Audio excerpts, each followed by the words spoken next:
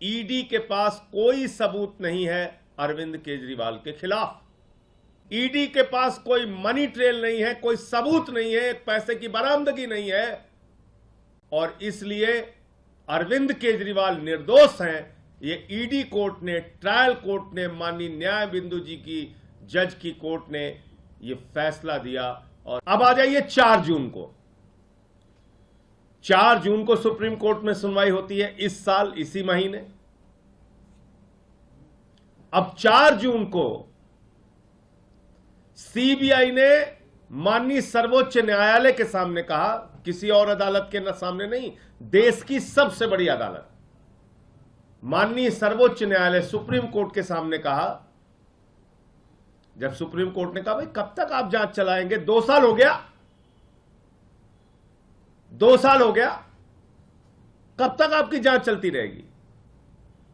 बोले सर साहब एकदम जांच पूरी हो गई, सब कुछ तैयार है साहब, बस 2 से 3 हफ्ते के अंदर हम फाइनल चार्जशीट दाखिल कर देंगे, अब हमको कोई जांच नहीं करनी। सुना होगा आप लोगों ने, यह भी आप लोगों की जानकारी में है। माने सीबीआई सुप्रीम कोर्ट को गुमराह कर रही है। इसका मतलब सीबीआई अपनी जांच पूरी कर चुकी थी। इसका मतलब सीबीआई को आगे जांच नहीं करनी थी। इसका मतलब सीबीआई को कोई और गिरफ्तारी नहीं करनी थी। लेकिन सीबीआई वालों को, बेचारों को क्या पता कि उनको अभी क्या क्या करना पड़ेगा। उसी बीच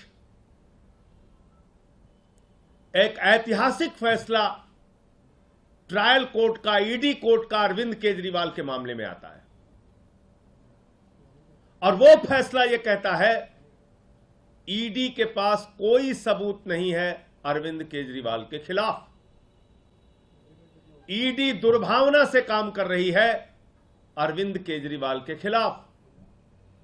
ईडी के पास कोई मनी ट्रेल नहीं है, कोई सबूत नहीं है, एक पैसे की बरामदगी नहीं है, और इसलिए अरविंद केजरीवाल निर्दोष हैं। ये ईडी कोर्ट ने, ट्रायल कोर्ट ने, माननीय न्याय बिंदु जी की जज की कोर्ट ने ये फैसला दिया। और उसी बीच ईडी के लोग गैर संवैधानिक तरीके से, गैर कानूनी तरीके से, बगैर आदेश की कॉपी लिए हाईकोर्ट पहुंच जाते हैं और उस जमानत पर स्टे ले लेते हैं।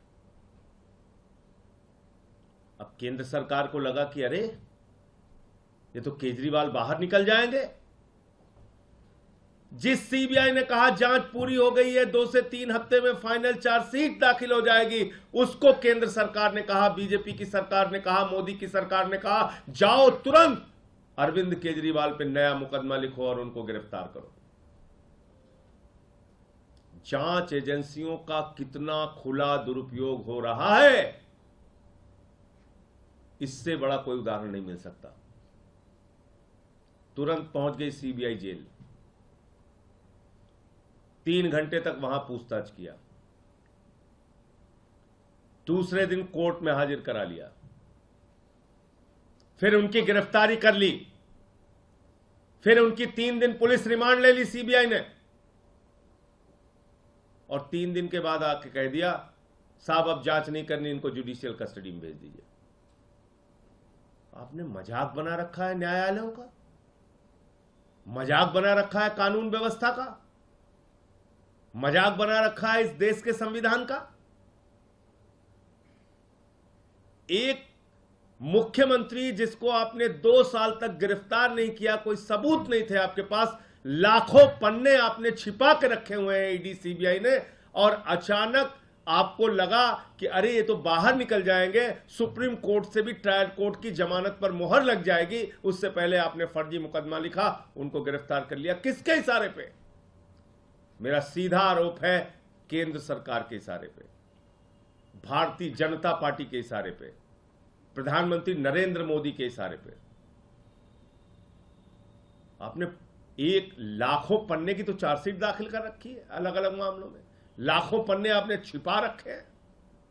आपकी जांच अंतहीन तरीके से चल रही है,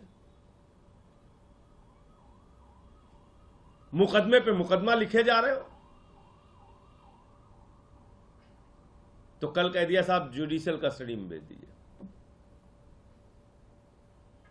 तो दो बातें साफ हो गई। नंबर एक, मनीष सिसोदिया के मामले में कोई सबूत नहीं है ईडी और सीबीआई के पास। सिर्फ उनकी जमानत को रोकने के लिए भारत के सर्वोच्च न्यायालय में खुलेआम ईडी और सीबीआई के द्वारा झूठ बोला गया। यह माननीय सर्वोच्च न्यायालय की अवमानना है।